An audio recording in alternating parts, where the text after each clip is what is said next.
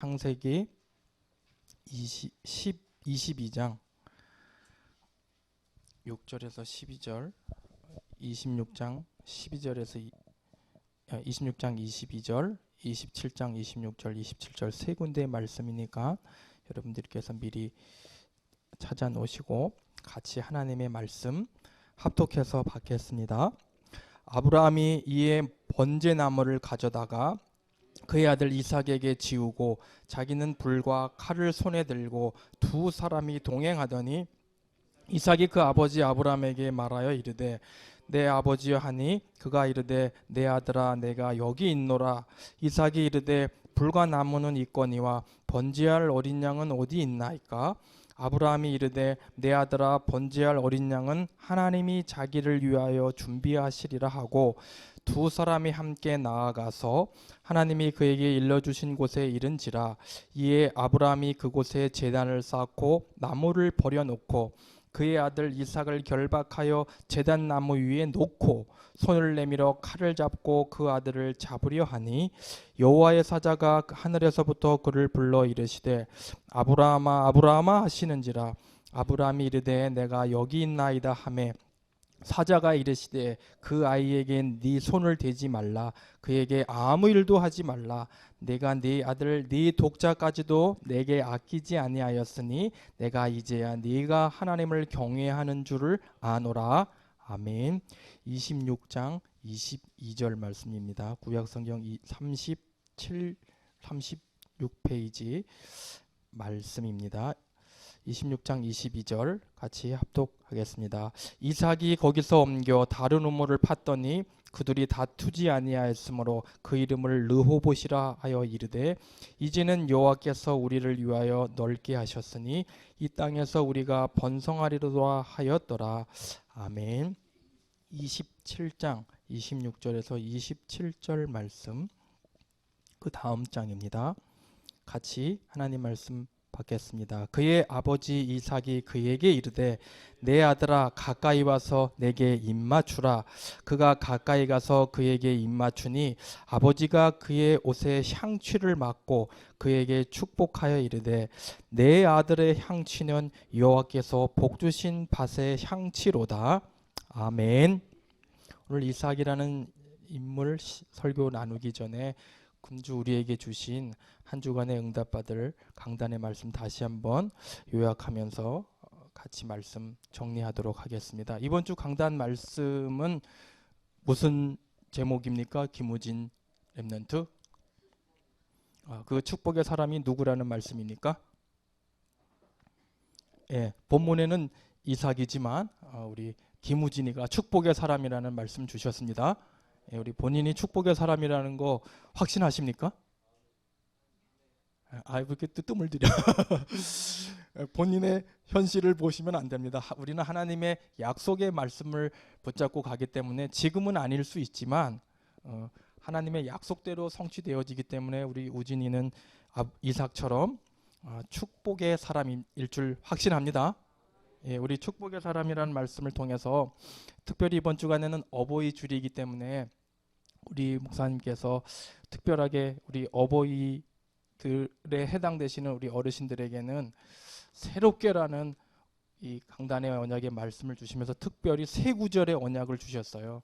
여러분 우리 에베소서 4장 22절에서 24절 말씀, 고린도후서 4장 16절, 시편 103편 5절 중에서 여러분은 우리 어버이에 해당되시는 여러분은 어떤 언약이 가장 가슴에 와닿습니까?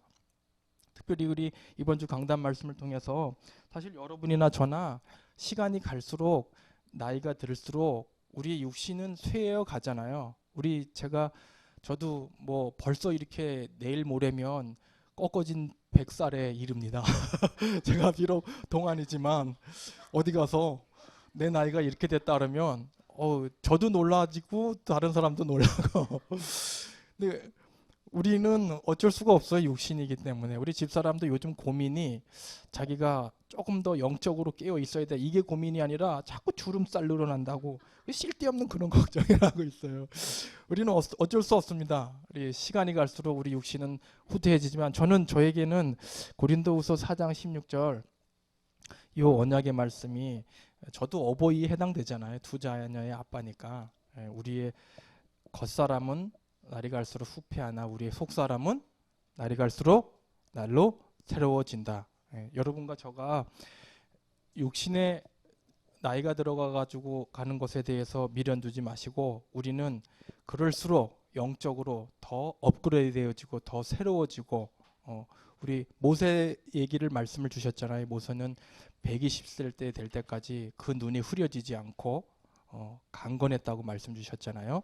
우리 특별히 어르신들 또 어버이 해당되는 분들은 구식되시지 마시고 하나님의 언약의 말씀을 붙잡고 여러분들을 늘 새롭게 또 갱신하고 말씀 안에서 여러분들을 성장해 나가는 축복의 사람 되시기를 바랍니다.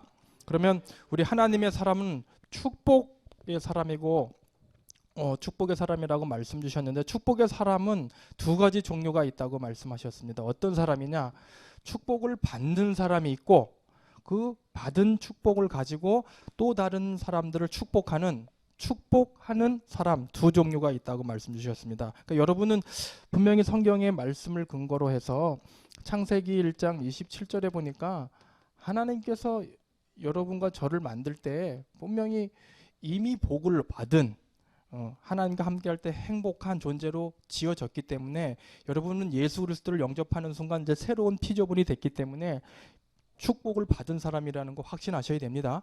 예. 그리고 근데 창세기 3장의 사건으로 말미암아 이것이 이 근본 문제로 말미암아 불행이 찾아왔다는 거 우리 너무 잘 알잖아요. 예. 그런데 감사하게도 우리가 창세기 3장 사건으로 이 불행의 문제가 찾아왔지만 복의 근원 되시는 우리 창세기 3장 15절 되시는 여자의 후손 되시는 예수 그리스도께서 복의 근원으로 오셔서 우리의 모든 불행을 회복시켜 주셨다고 말씀하셨습니다.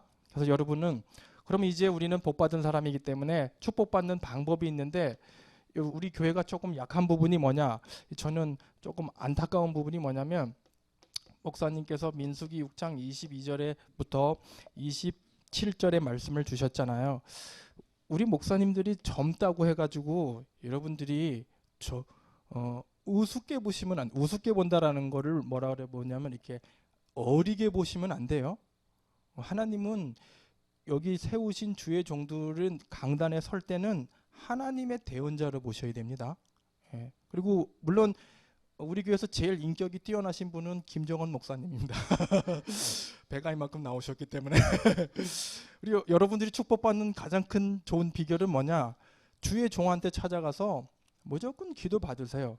저는 조금 제가 어렸을 때 신앙생활했던 교단이 통합교단이었는데 그 목사님은 군목 출신인데 그분이 뭐를 잘하셨냐면 그분은 무조건 새벽 예배 끝나면 전성도들 다 나도 포함해서 전성도들 다 줄 세워서 머리에 손 얹고 다 축복 기도해서 내보내줘요. 물론 군목 출신이기 때문에 나이가 있으셨기 때문에 그런 부분이 자연스러웠지만 우리 교회에서는 그런 것 좀 했으면 좋겠는데 목사님이 왜 안 하시는지는 모르겠지만 어쨌든 여러분 이 민수기 6장 22절에서 27절의 말씀이 나왔으면 그 말씀 그대로 이번 주간에 실천하면 그게 여러분께 됩니다. 저에게 와서 축복 기도 해달라고 한 사람이 딱 두 사람 있습니다. 저는 앞으로 그 렘넌트들을 위해서 계속 기도해야 되겠다고 이렇게 했는데 오늘 건우하고 우리 전수아 두 렘넌트가 와가지고 저에게 축복 기도 해달라고 하더라고요. 오늘 말씀 주셨잖아요. 우리 목회자의 기도 속에 생각나는 렘넌트가 있다. 그 렘넌트는 복받은 사람이에요. 특별히 우리 충만이 복받은 사람이에요. 김미아 사모님이 눈물을 흘릴 정도면 복받은 사람입니다. 나는 솔직히 몰라 내 아들이 아니기 때문에 군대 간다 그러니까 그냥 뭐 아무 생각 안 나. 가는 갭이다. 어쨌든 우리 믿음의 렘넌트들은 목회자의 기도 속에서 자라고 또 목회자의 안수 기도를 받으면서 그렇게 이 복을 실제적으로 체험하고 그 성경적인 근거가 디모데후서 1장 3절에서 5절 그리고 2장 1절이 우리 바울이 디모데 보고 내 아들아 할 정도로 그렇게 했잖아요. 그리고 특별히 여러분들은 복 받은 사람이기 때문에 이 복을 받았으면 이제 어떻게 해야 되느냐? 받은 축복을 가지고 축복하는 사람이 돼야 된다고 말씀 주셨습니다. 그러면 우리가 어떻게 축복하면 되느냐? 그 내용이 뭐냐면 사실은 우리가 받은 축복은 우리한테로 머물러 있는 것보다는 특별히 사도행전 20장 35절에 보면 받는 것보다 주는 것이 복되도다 그렇게 말씀 주셨잖아요. 그러니까 여러분 이왕이면은 복 받은 거 복을 더 많이 받으려면 다른 사람을 많이 축복해 주세요. 이번 주 동영상을 통해서 우리가 그 동영상 속에서도 메시지가 있잖아요. 그 메시지 속에서 그래서 저희도 우리 렘넌트 예솔이 예지에게 그거를 체험해 주려고 양파를 2개 이렇게 해놓고 지금 실험을 하고 있거든요. 근데 이제 감사한 거는 저도 그렇게 하니까 이렇게 말을 한다고 할 때 되게 조심스러워지더라고요. 렘넌트들이 있으니까. 근데 지금 일주일도 안 됐거든요. 근데 희한하게 이쪽은 벌써 시커매지기 시작했어. 근데 대부분 뭐 우리 예솔이는 이 똥꼬야 이런 걸 많이 사더라고요. 너하고 안 놀아 뭐 이런 거 많이 하고 우리 집사람은 이제 나 들으라고 야 이 새끼야 야 이러고 뭐 하여튼 근데 나는 눕다가 뭔 소리야 가만히 보면 나한테 하는 소리인데 양파한테 하고 있더라고. 이제 그런 식으로 이제 저한테 이렇게 하더라고요. 그래서 제가 이제 이러다가 그 양파 2개가 다 썩는 거 아닌가 싶을 정도로 걱정이 되는데 그것도 좋은 방법이더라고요. 남편한테 하고 싶으면 그렇게 해놓고 양파한테다 이렇게 하면은 남편이 뭐라 그러지는 않을 것 같아. 아주 지혜로운 방법인데 그게 왜 그러냐면 제가 목사님 말씀을 통해서 목사님이 이렇게 침이 이렇게 돌아다닌다 그랬잖아요. 그게 과학적이라는 말도 되고 성경적으로도 그거를 과학적으로 증명할 수 있는 게 뭐냐면 여러분 우리가 축복의 말, 복음의 말, 왜 복음의 소리를 해야 되냐면 우리 히브리서 4장 12절에 하나님의 말씀은 뭐가 있다고요? 활력이 있고 옛날에는 운동력이 있고 그렇게 번역이 돼요. 그게 생기란 말이에요. 근데 여러분 왜 하나님의 말씀을 자꾸 암송하고 이 말씀을 자꾸 언약 기도하고 말씀대로 축복하고 이 말씀대로 나에게 적용하면 그게 되느냐? 이 생기가 나한테 들어오니까. 예. 여러분 왜 우리가 끓인 물 먹지 않고 생수를 먹습니까? 생수는 살아있는 거거든. 여러분 끓인 물 안만 먹어도 여러분 영양가 없어요. 미네랄 다 깨진 거예요. 끓인 물 먹어봐도 맹물이라 맹물. 그 원리란 말이에요. 근데 여러분 나쁜 말을 하면 왜 그렇게 되느냐? 그 근거가 여러분 요거 찾아보세요. 계시록 13장 15절. 이게 조금 여러분들이 이번 주 제가 좀 묵상하다가 목사님 말씀을 묵상하다가 이게 성경에도 이런 말씀이 있네. 그런 제가 조금 이렇게 찾아보게 됐는데 계시록 13장 15절에 무슨 말씀이 있습니까?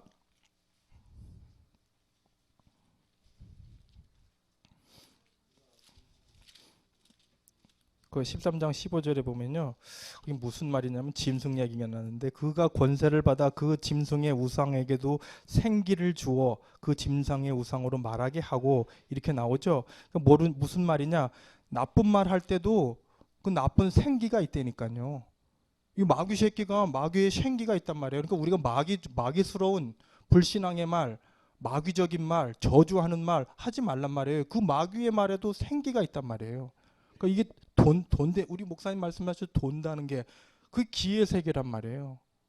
중요한 거예요. 여러분 절대로 저주하는 말, 불신앙하는 말 하지 마십시오. 우리는 이번 주 강단 말씀처럼 축복의 사람이기 때문에 축복의 말씀을 해주시고 특별히 하나님의 말씀을 가지고 축복하라고 말씀 주셨잖아요. 하나님 말씀 가지고 축복해 주라 그랬고 그리고 또 방법론적으로 우리 찬양을 가지고 목사님이 방법론적으로 이렇게 축복 찬양 우리가 그래서 너는 담장 너머로 뻗은 나무고 당신은 사랑받기 그런 찬양 많이 우리 부르라고 목사님께서 미션을 어떻게 해야 되는지까지 구체적으로 제시해 주셨으니까 여러분 그렇게 실천하시고 그래서 이번 주 미션 겸 결론의 말씀을 무엇을 주셨느냐 축복받은 우리는 축복 기도하는 사람이 돼야 된다. 축복 기도를 해주라 이렇게 말씀드렸잖아요. 특별히 자녀들에게 축복할 때는 뭘 가지고요? 말씀을 가지고 그냥 이 복 받은 놈 그러지 말고 하나님의 말씀의 근거를 가지고 복을 주시라고 했고, 그 근거가 우리 히브리서 11장 20절과 히브리서 11장 21절의 말씀에서 이삭과 또 야곱 이렇게 얘기를 드렸잖아요. 그럼 여러분 구체적으로 이삭에게 하나님이 우리 이삭이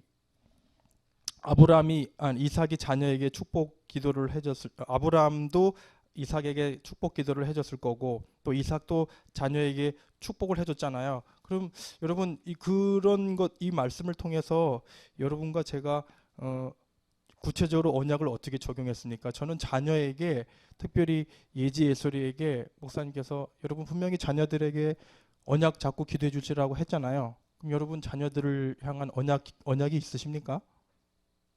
우리 다솔이 아버님께서는 있겠죠. 저는 뭐를 주로 우리 예지 예솔이에게 제가 적용한 거를 말씀드릴게요. 저는 우리 예지 예솔이에게 다니엘서 1장 20절과 2장 48절 말씀, 예지라는 이름 자체가요 예수님의 지혜 그런 뜻이거든요. 저는 다니엘서 1장 20절에 다니엘이 그 바벨론의 그 방백들보다 10배, 10배의 지혜가 있었다 그랬잖아요. 우리 예지가 이 땅에 앞으로 살아갈 때는 더 험난한 시대가 될 텐데 사람의 지혜를 가지지 않고 예수님의 지혜를 가지고 모든 것들을 이기고, 그리고 예소리는 예수님의 지혜로 그게 다스릴 소리거든요. 예수님의 지혜, 그러니까 언니하고 같이 힘을 합쳐서 네 혼자 하니까 힘드니까 언니랑 같이 팀을 이루어서 모든 것을 다스려라. 그러니까 여기 2장 48절에 보면 왕에게 이렇게 높임을 받는다. 여러 가지 말씀이 있지만 저는 두 가지 말씀하고 특별히 제가 우리 랩런트들을 두고 기도하는 겁니다. 23장 5절 몇 가지 더 있는데 뭐 들어가도 복을 받고 신명기 8장 6절 그런 것도 있는데 저는 주로 이 세 가지를 놓고 우리 자녀에게 구체적으로 기도하고, 아침마다 제가 솔직히 목사니까 마음 한편에 있는 게 뭐냐면 저는 자녀들에게 물려줄 재산이 없어요. 부끄럽지만 저는 뭐 자랑은 아닌데 제가 아파트 하나 직장 생활하면서 집 하나 사놓은 거 있거든요. 물론 대출을 끼고 샀지만, 근데 저는 목회자이기 때문에 하나님 앞에 갈 때 모든 재산 다 놓고 가겠습니다. 저는 이미 목회자를 할 때 서원을 했어요. 그래서 저는 갈 때 재산 만약에 있다 그러면 교회에 주거나 또 뭐 다른 어려움을 돕거나 이렇게 한다고 저는 하나님한테 맹세했기 때문에 제 실천상으로 저는 아파트 이름도 제 이름으로 안 해놨어요. 집사람 이름으로. 목회자는 돈하고는 관계없어야 되기 때문에. 근데 딱 하나 내 이름으로 해놓은 게 있는데 그게 뭐냐, 자동차. 왜냐, 자동차는 내가 보험 경력이 많아서 좀 싸거든. 그래서 제가 제 이름으로 해놨지 나머지는 싹 다 집사람 이름으로 해놨어요. 나는 재산에 대해서는 별로 미련 없어요. 그런 저만의 어떤 그런 실천상을 가지고 그렇게 이제, 근데 제가 예지 예솔이를 생각하면서 한편으로 되게 좀 뭐랄까 이렇게 마음이 무거워요. 그래서 아버지로서 해줄 수 있는 게 뭘까? 축복 기도구나. 나는 아침에 애들 보내면 머리에다 손 얹고, 목회자는 축복권이 있거든요. 항상 이 말씀 가지고, 그리고 누가복음 2장 52절 말씀 가지고도 계속, 왜? 그게 아버지로서 자녀들에게 해줄 수 있는 최고의 복이잖아요. 뭐 내가 뭐 돈을 주겠어요? 뭐 뭘 주겠어요? 불알 2개밖에 없는데 저는 자녀들에게 일평생 다짐했어요. 우리 자녀들에게 축복기도 하면서 아버지로서 신앙의 유산을 물려주는 게 목회자로서의 할 일이다. 이렇게 마음 다짐했기 때문에 그거는 내가 일평생 자녀들한테 빠지지 않고 계속하는 저만의 약속입니다. 특별히 이번 주간에 목사님께서 자녀에게 축복기도 하라는 말씀을 통해서 저는 이 축복기도 언약을 조금 더 좀 찾아봐야 되겠다. 그래서 이왕이면 풍성한 말씀으로 매겨야 되겠다. 이렇게 저는 좀 적용을 했고, 그리고 우리는 자녀를 넘어서 모든 사람에게 축복기도 해주라고 말씀 주셨잖아요. 그래서 우리 다윗의 예를 들고 솔로몬의 예를 들고, 그리고 제 특별히 언약으로 붙잡은 거 베드로전서 3장 8절에서 12절 이렇게 좋은 말씀이 있더라고요. 목사님께서 실천 사항으로 이렇게 본인에게 이렇게 아픔을 준 분에게 진심으로 이렇게 구원의 길을 그리면서 축복 기도했다라고 이렇게 했는데, 저도 이렇게 적용을 좀 하려고 했는데 엄두가 안 나더라고요. 왜냐하면 너무 많아서. 제가 어제도 근데 제가 이 말씀을 이렇게 딱 붙잡고 어제 전도 훈련, 어쨌든 강단의 말씀으로 나를 이렇게 좀 인도받기 위해서, 그래도 제가 축복이라는 단어를 계속 이렇게 씨부리고 이러다 보니까 참 희한하게 말씀이 나를 변화시킨다는 게 뭐냐면, 어제 저 경남 우리 김해 새순교회 훈련을 마치고 집으로 돌아가는데 9시가 한 넘었어요. 9시 한 20분쯤 되는 것 같은데, 이 국도를 향해 가고 있는데, 그 국도는 이 가운데 이렇게 가드레일이 다 쳐 있어가지고 이쪽에서 이쪽으로 못 넘어오는 그런 국도인데, 제가 시속 80km로 가고 있었나? 근데 이제 저쪽에 큰 대형차가 이렇게 가는데 갑자기 크랙션을 빵 눌러요. 그래서 왜 누르지? 그래서 이렇게 내가 그 가고 있는데, 어머나, 내가 사람을 칠 뻔했어요. 그 자동차 전용 도로에 어떤 이, 제가 얼핏 봤는데 나이가 좀 있으신 건지 젊은 사람인지 깜깜해서 구분을 못 하는데, 내가 운전하고 있는 그 1차선 바로 거기 그 바로 옆에 자전거를 몰고 글로 가고 계시더라고. 내가 그거 순간적으로 이쪽에 차가 없으니 망정이지 이걸 돌렸거든요. 그래서 안 치웠는데, 그때 제가 어떻게 말이 나왔을까요? 옛날 같으면 야이 이랬는데, 내가 이번 주 강단 말씀에 축복의 사람은 제가 그게 무의식 속에 있었나 봐요. 근데 순간적으로 야이 축복받을 새끼야 그렇게 하는데 그게 나가더라고. 그러니까 우리가, 제가 말씀이 조금 이렇게 묵상을 안 했으면 그게 나갈 텐데, 그 상황 속에서도 아찔했어요.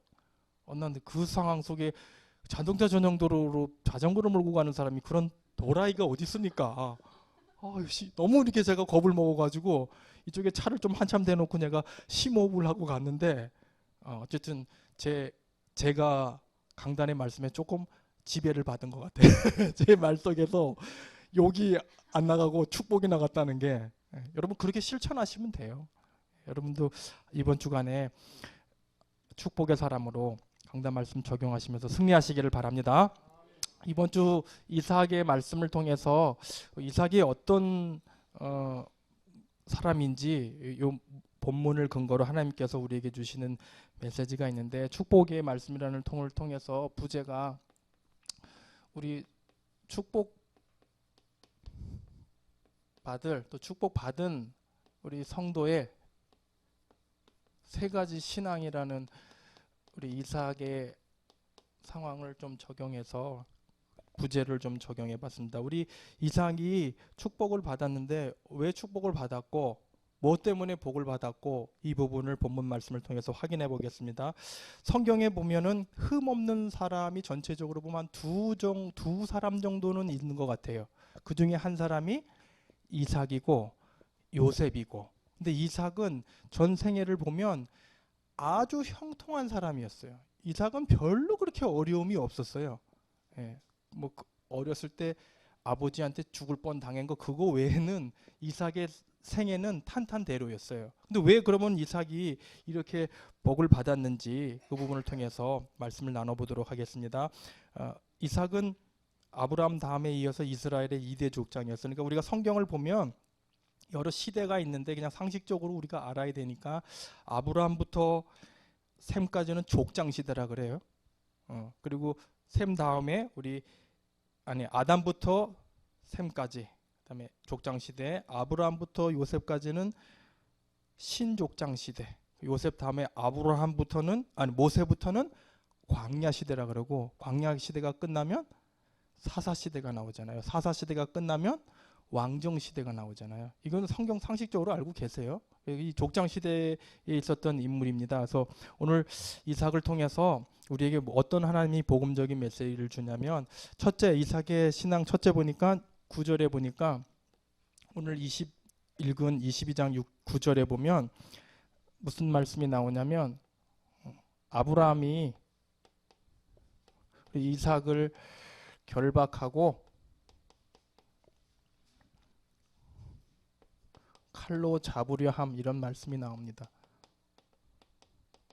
요 성경 본물 말씀을 통해서 아브라함이 이삭을 결박하고 칼로 잡으려 했다라는 이 말씀은 우리에게 무슨 것을 의미냐면 10절은 어느 정도로 했냐면 이 칼로 꽁꽁 묶어가지고 칼로 했다라는 것은 그 당시 꽁꽁 묶었다라는 것은 동물을 잡을 때 이 번제를 드릴 때는 결박을 못하도록 왜냐하면 각을 떠야 되기 때문에 그런 잔인한 모습이란 말이에요. 근데 우리 이삭이 아브라함 아버지가 그렇게 했을 때 결박을 당하고 죽으려고 했을 때 그대로 있었다라는 것은 무슨 의미냐면 말 그대로 이삭의 신앙은 순종의 신앙이란 말이에요. 왜 아브라함이 믿음의 조상이 됐고 또 이삭이 이렇게 복을 많이 받았느냐? 성경은 분명하게 얘기하고 있어요. 이삭이 순종의 신앙을 가졌기 때문에 축복을 받은 사람이라 그런 말이에요. 그럼 우리가 축복을 받으려면 순종의 신앙을 가져야 된다 그런 의미가 있는 겁니다. 여러분 이 당시 성경은 무슨 얘기를 하냐면 아브라함부터 얘기하는 게 뭐냐면 믿음을 얘기한단 말이에요. 오늘 11에서 11장 20절에 모두 뭐라고 나오냐면 믿음으로 이삭은 이 말이 나온단 말이에요. 성경에서 얘기하는 우리 그럼 믿음이 뭐냐라고 말할 때 믿음의 핵심 중에 핵심은 순종이다 이 말이에요. 여러분 믿음이 뭐냐라고 누가 물어보면 하나님 말씀에 순종하는 게 믿음이란 말이에요. 믿습니다 이게 믿음이 아니라 강단의 주의 종을 통해서 선포되는 강단의 말씀이 이렇게 해라라고 미션이 떨어졌으면 그것을 아멘 했으면 아멘으로 끝나는 게 아니라 아멘 다음에 액션이 취해져야 된단 말이에요. 그게 믿음이라고 성경은 말하고 있어요. 우리 왜 이삭이 이렇게 순종했냐면은 그냥 순종이 아니란 말이에요. 이때 이삭은 나이가 17살이라면은 우리 우진이가 지금 몇 살이에요? 그 우진이 나이 또래면은 다 알 거 알아요. 다 컸어요. 아버지가 딱 보고서 나 잡아 죽이려고 그러면 도망가도 돼요. 얼마든지 힘이 있기 때문에 뿌리치고 그럴 수 있는 나이란 말이에요. 근데 이삭이 그런 꽁꽁 묶었는데도 순종했다라고 하는 아버지 말에 그것에 대항하지 않았다는 것은 얘가 성품이 좋아서 뭐 그런 것도 있겠지만 아버지의 말에 순종했다 그런 말이에요. 그럼 우리가 이번 주간에 뭐에 대해서 어떻게 누구에게 순종해야 되냐면 우리 이번 주는 어버이 줄이니까 첫 번째 우리 부모님에게 순종해야 되고 두 번째 하나님에게 순종해야 되고 세 번째 영적 부모인 우리 주의 종들에게 우리 목회자들에게 순종해야 된다라고 이건 제가 말한 건 아니고 우리 종교개혁가 루터가 얘기를 했어요. 여러분 누구에게 순종해야 되냐면은 우리는 육신의 아버지 우리를 있게 해준 육신의 아버지 또 우리를 창조해 주신 영의 아버지 또 우리를 지도해 주시는 영적인 아버지 주의 종들에게 순종해야 한다라고 말하고 있어요. 성경은. 여러분이 복을 받을 수 있는 가장 중요한 방법은 뭐냐? 그래서 육신의 부모는 에베소서 6장 1절에서 2절 말씀 나오잖아요. 주 안에서 너희 자녀들은 순종해라. 그리고 골로새서 3장 20절에도 자녀들아 모든 일에 부모에서 순종하고 이것이 주 안에서 기쁘게 하는 거다. 우리 자녀들은 어떤 일이 있었든지 100% 부모에게 순종해야 돼요. 복 받는 자녀들은 다른 거 없어요. 부모님께 순종하면 복 받아요.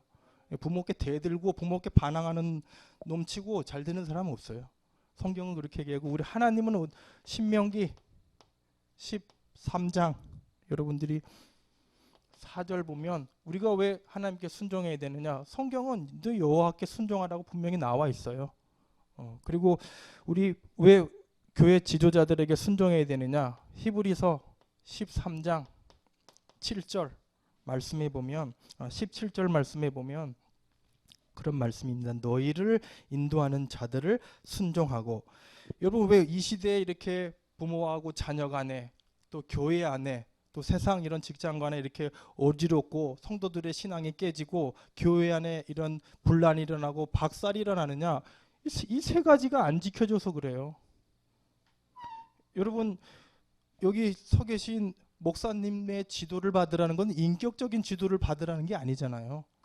솔직히 나이 이제 50줄에 들어선 우리 목사님들이 무슨 인격이 그렇게 대단하시겠습니까? 교회에 연로하신 어르신들도 많은데 그 인격적인 지도를 받으라는 게 아니라 주의 종들이 하나님의 말씀을 가지고 기도하는 가운데 저분은 저런 말씀을 가지고 인도받으시면 되겠구나라는 게 있으면 그 지도를 받으라는 거지. 사람들은 지도 받으라니까 그게 몰라요. 그걸 뭐 인격적인 지도를 받으라는 거로 오해를 해서 기분 나쁘게 수용하는지 모르겠지만 그런 말이 아니잖아요. 하나님의 주의 종으로 세운 대리자를 통해서 말씀을 주시기 때문에 우리 민수기 6장 22절에서 27절을 주의 종이 축복하는 게 아니라니까. 주의 종은 도구잖아요. 주의 종이 언약을 잡고 기도할 때 하나님이 주의 종의 그 기도를 통해서 축복하고 역사하시겠다 그런 말이잖아요.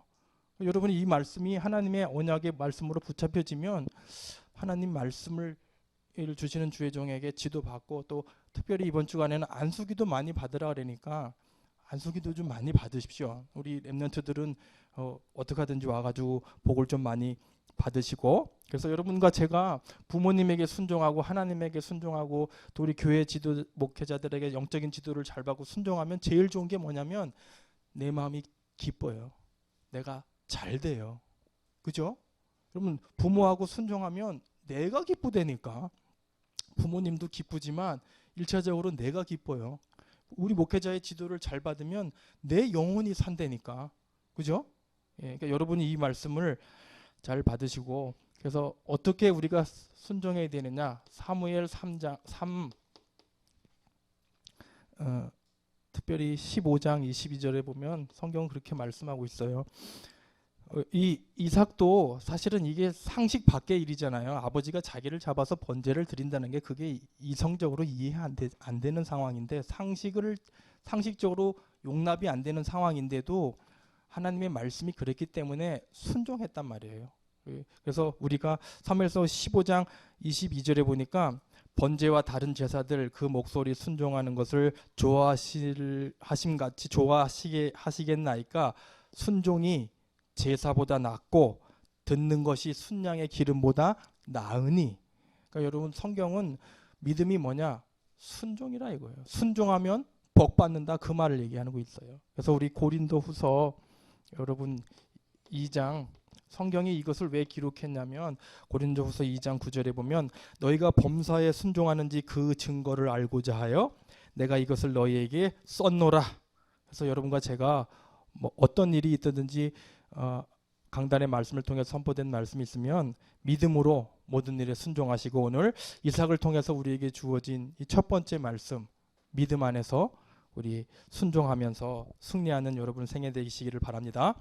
우리 이삭이 왜 복을 받았고 축복받았느냐. 둘째 26장 22절 말씀입니다. 보니까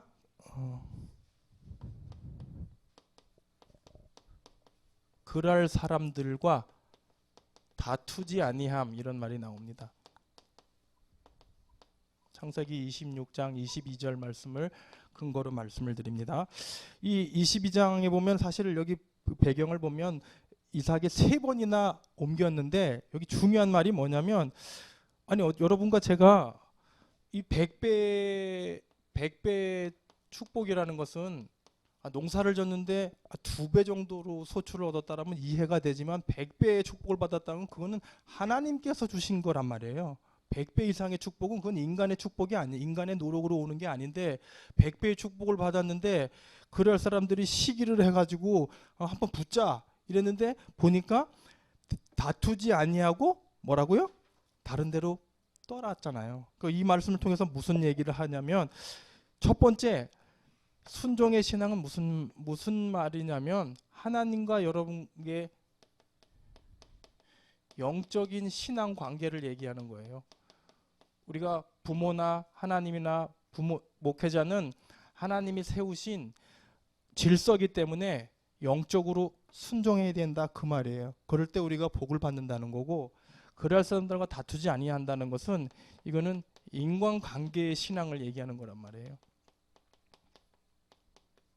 여러분과 제가 어떤 일이 있을 때 대인관계에서 이렇게 여러분들이 잘 해야 된다 그런 말씀을 하고 있는 거예요. 오늘 여기 본문에 보면 이 다투다라는 말은 무슨 말이냐면 뭐 논쟁하다, 충돌하다, 격분하다, 반항하다, 불순종하다, 쟁투하다 이런 그런 뜻이 있는데 이 말은 무슨 말이냐면 여러분과 제가 정말로 예수님을 그리스도로 영접하고 하나님의 자녀가 됐으면 여러분 갈라디아 2장 20절에 이제 그런즉 이제는 내가 산 것이 아니요 예수 십자가에 내가 못 박고 예수님으로 사는 우리이기 때문에 예수님 믿고 복음이 우리 속에 들어오는 순간에 솔직히 얘기하면 여러분의 옛사람은 십자가에 못 박고 이제는 십자가에 못 박은 나는 죽고 예수님 안에서 새로운 사람으로 변화된다 그 말이에요. 그죠? 예. 그러니까 여러분이 정말로 예수님을 영접했으면 사실은 우리가 믿음의 아직 초보의 단계가 있을 때는 다투고 그럴 할 수 있겠지만 신앙의 연륜이 쌓여지고 축복을 받아가면서 우리의 복음이 깊이 뿌리 내려져 가면 절대로 다투지 않게 된다 그 말이에요. 다투지 말라가 아니라 우리 오늘도 목사님께서 순회 메시지 때 그 우리 우스갯소리 얘기하시더라고요. 우리 교회가 뭐 교회 얘기를 한 건 아니지만 10명의 이렇게 동기 목사들이 있으면 한 목사님이 좀 잘 나가면 격려해주고 축복해주고 우리도 좀 본받을 거 있으면 같이 벤치마킹하고 이러면 좋은데 그렇게 시기한데네. 그렇게 못마땅해하고 그게 그렇게 배가 아픈지는 잘 모르겠지만 우리 인간관계 속에 그런 것들이 올 때 우리 목사님 참 지혜로워요. 우리는 절대 싸우면 안 돼요. 예. 그 부분에 대해서 오늘 이 부분을 통해서 그 부분을 하고 있는 거란 말이에요. 그래서 성경은 뭐라고 얘기하냐면 빌립보서 2장 3절에 우리가 아무 일에든지 다투지 말고 허영으로 하지 말라 그랬고 특별히 잠언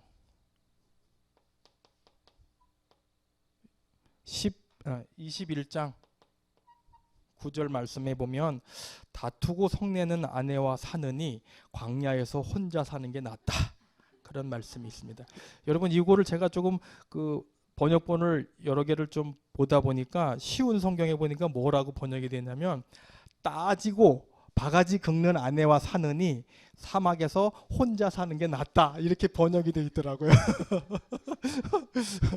여러분과 제가 참 뭐 우리 목사님 참 모델이시잖아요. 저는 솔직히 부부싸움 많이 하거든요. 제가 이게 솔직히 고백하지만 제가 왜 아침 금식을 하냐면 제가 혈기 죽이려고 제가 혈기가 많거든요. 그래서 아침을 제가 굶어요. 다이어트 하느라고 굶는 게 아니라 혈기가 많단 말이에요. 혈기는 금식 외에는 잘 다스려지지 않는다네요. 그래서 제가 밥을 잘 안 먹어요. 그런데도 혈기가 있어. 그럼 몇 끼를 굶어야 되는 거야. 이게 참 우리 인간관계가 이 다툼이라는 게 물론 저는 모르게 태생이 뭐 좀 그래서 그런지 모르지만 그런 부분들이 있어요. 그러니까 여러분 어떻게 하든지 인간관계에서 왔을 때 그게 본질적으로 복음에 예수님처럼 우리가 복음에 대해서 그것이 타협할 수 없는 거라고 하면 강경하게 나가야 되지만 그 외에는 다 양보하시면 되잖아요. 예수님도 복음과 관련된 부분에 대해서는 막 성전에 들어가서 엎어버리고 회초리 들고 강하게 나가셨어요. 그렇지만 그 외에 다른 부분에 대해서는 예수님 다 심지어는 자기한테 침 뱉는 로마 병정 채찍질하는 거기에도 전혀 이런 방구하지 않았어요. 그죠? 그리고 십자가에 못 박힐 때 뭐라고 마지막에 하셨어요? 하나님 저들이 몰라서 그럽니다. 저들을 용서해 달라고. 심지어는 자기 제자 가룟 유다에게도 뭐라 그랬는지 알아요? 배신자 이러지 않고 친구여라는 말을 썼어요. 성경 읽어보세요. 예수님은 사랑하는 가룟 유다에게 끝까지 품었단 말이에요. 이게 참 우리가 예수 믿는 사람이라면 이게 된다면 예수 그리스도의 성품이 우리 안에 주어진단 말이에요. 그래서 빌립보서 2장 5절에 보면 너희 안에 이 마음을 품어라. 곧 그리스도 예수의 마음이니. 우리가 이 마음만 품어진다면 사실 안 다투게 돼요. 이게 안 돼가지고 그래서 그러는 거지.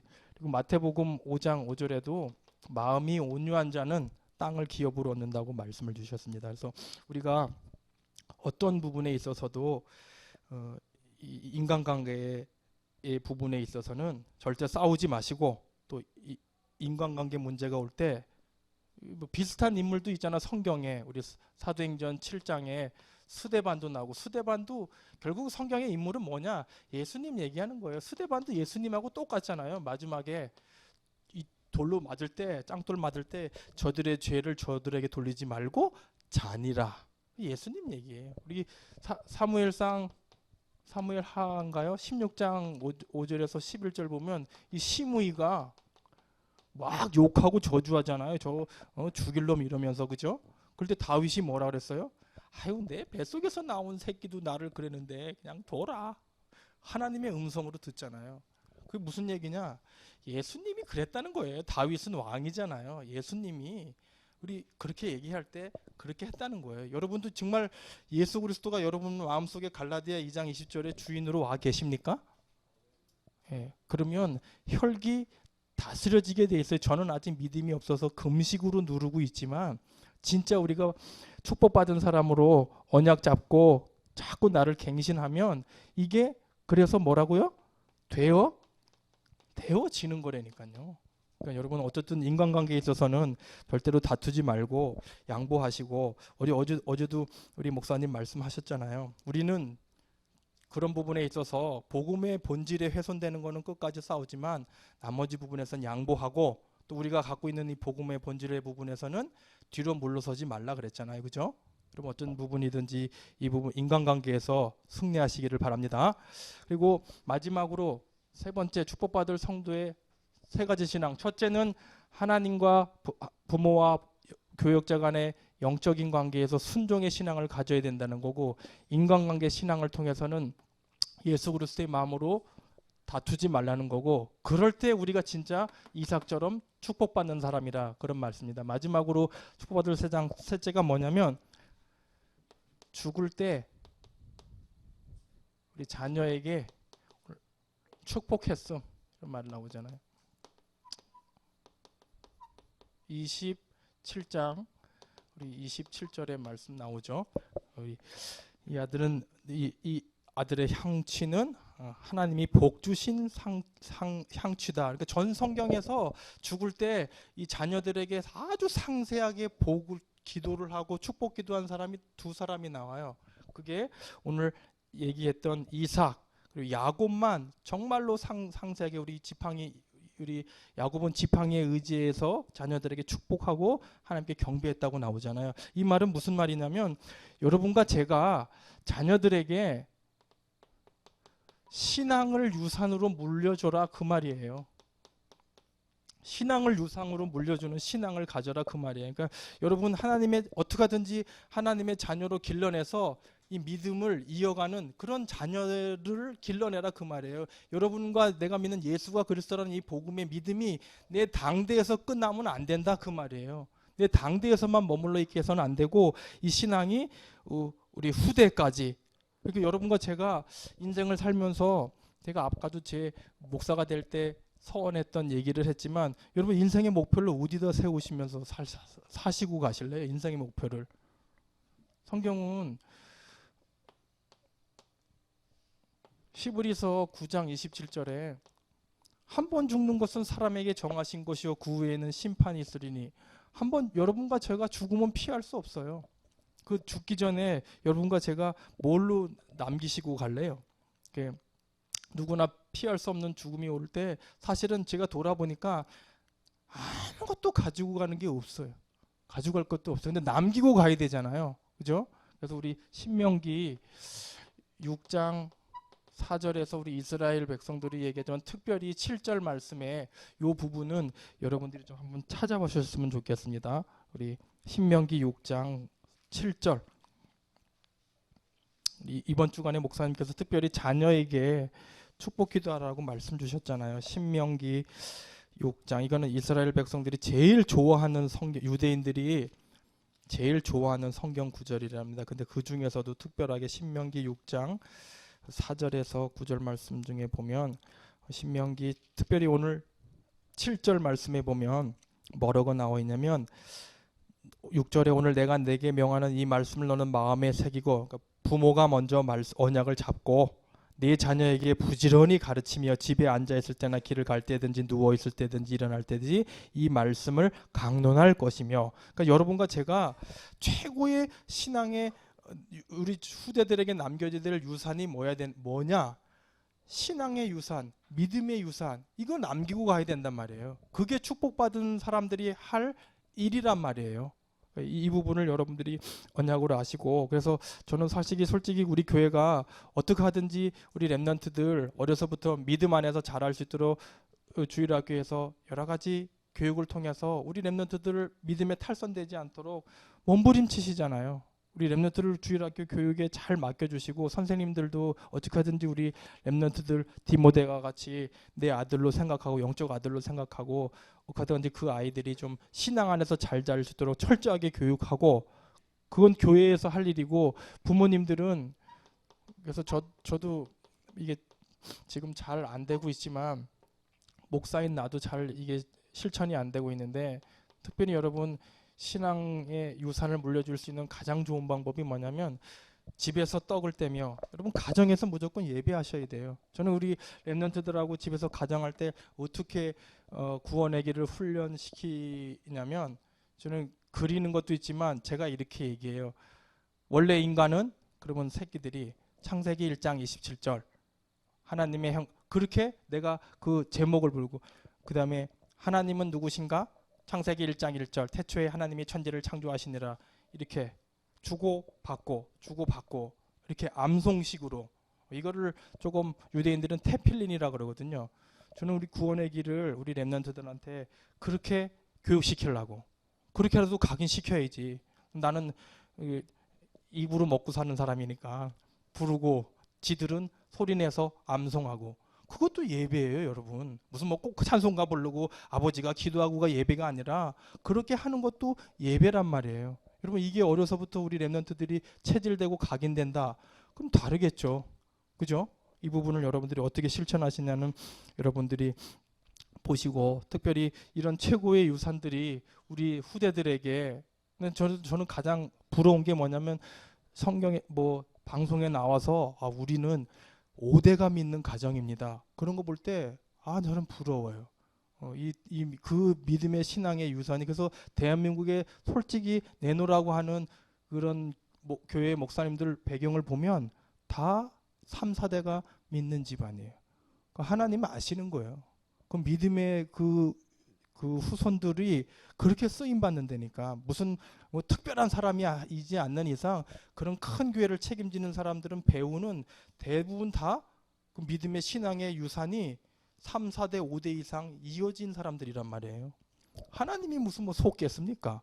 나같이 날라리 일대 세워가지고 하겠습니까? 안 속아요. 나는 약해가지고 혈기가 많아가지고 욱 하면 또 이게 그래가지고 조심하고 있는데 어쨌든 여러분들은 이 믿음의 유산이, 그래서 출애굽기 20장 4절에서 5절 1000대까지 간다 그랬잖아요. 이 귀한 것들을 여러분들이 언약으로 잡고, 오늘 이상을 통해서 우리가 어떻게 축복받느냐. 첫 번째, 하나님께서 세워주신 이 영적인 관계에서 순종의 신앙을 가지고, 인간관계에서는 절대로 싸우지 말고 다투지 말고, 그리고 이거는 자녀 관계입니다. 자녀 관계의 신앙.